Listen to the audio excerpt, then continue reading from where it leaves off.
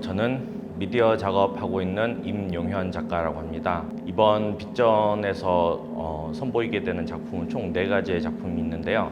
첫 번째 작품은 애플 컨슘이라고 하는 작품이고요. 누구든 미디어를 소비를 하는 세상이 되었고, 누구든 첫 번째 자기가 처음 미디어를 소비를 하는 그 순간이 있을 텐데, 그 첫 번째 순간은 어찌 보면 아담과 이브가 사과를 처음 깨물었을 때 그때부터 욕망이 생긴 것처럼 첫 번째 미디어를 소비를 경험하고 나서부터는 절대로 미디어 소비를 끊을 수 없는 그러한 세상 속에 살고 있다고 생각했어요.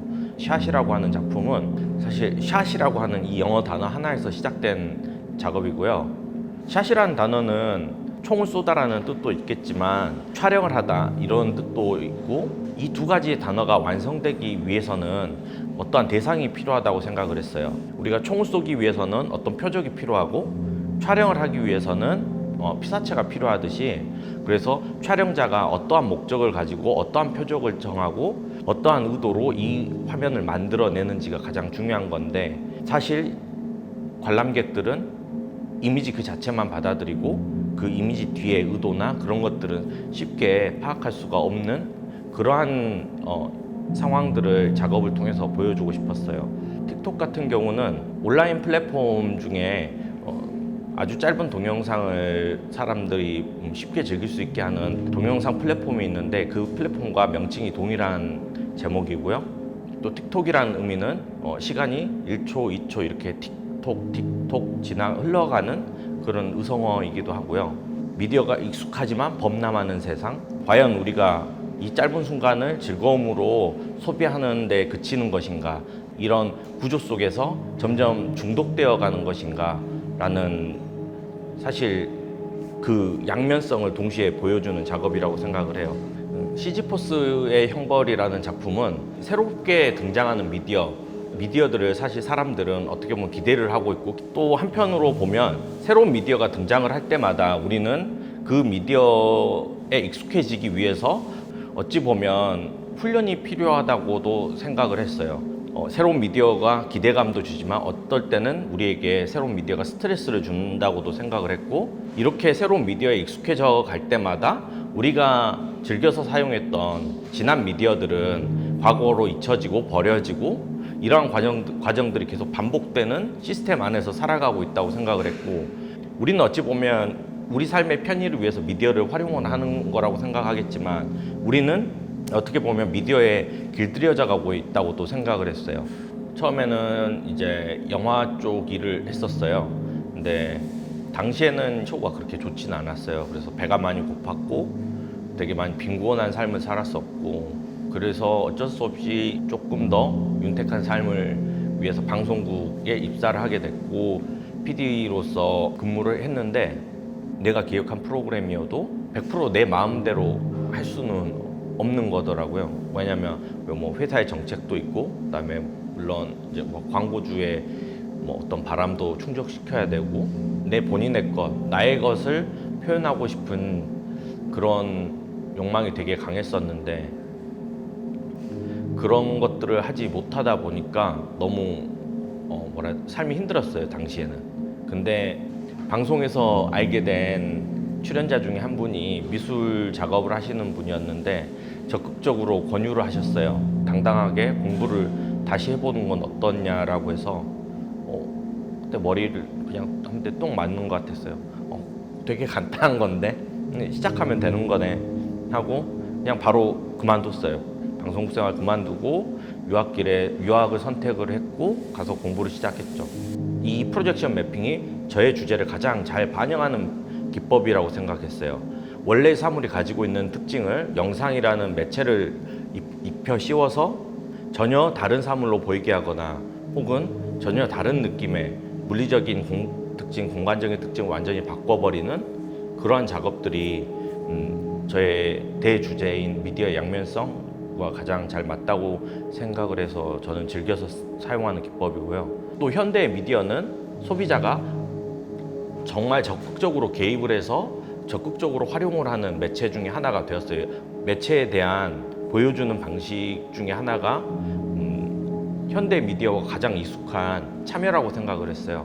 그래서 관객이 조금 더 적극적으로 개입을 하는 작업, 그걸 통해서 작품이 완성이 되는, 관객도 즐거운 거지만 저도 즐거워서 이런 작업을 계속 하고 있고요.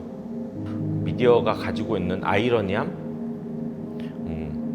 이번 전시에서도 제가 가장 좀 주목하면서 계속 작업해왔던 건데, 미디어를 우리가 소비를 하고 있지만 우리가 역으로 미디어에 점령당해 가고 있는, 미디어에 점점 잠식당해 가고 있는 우리의 모습, 하지만 우리는 소비를 멈출 수 없고, 그러한 모습들이 왠지 아이러니하다고 생각을 했고, 이게 또 다른 미디어의 양면성이라는 주제에서 제가 할 수 있는 이야기라고 생각을 했어요.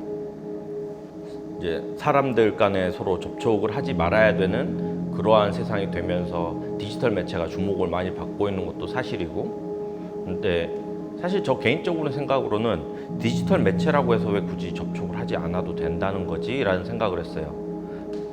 왜냐면 전 작업할 때 관객이 바로 앞에 있다는 걸 생각을 하고 작업을 하기 때문에, 대안으로서 이렇게 온라인을 통해서 디지털 매체를 보여주는 게 그나마 효과적인 방법이라고 생각을 하고, 사람들이 많이 하고 있는 것 같기도 하고, 포스트 코로나라고 해서 제가 작업적으로 뭔가 크게 변화하고 그럴 것 같은 예감은 들지는 않고요.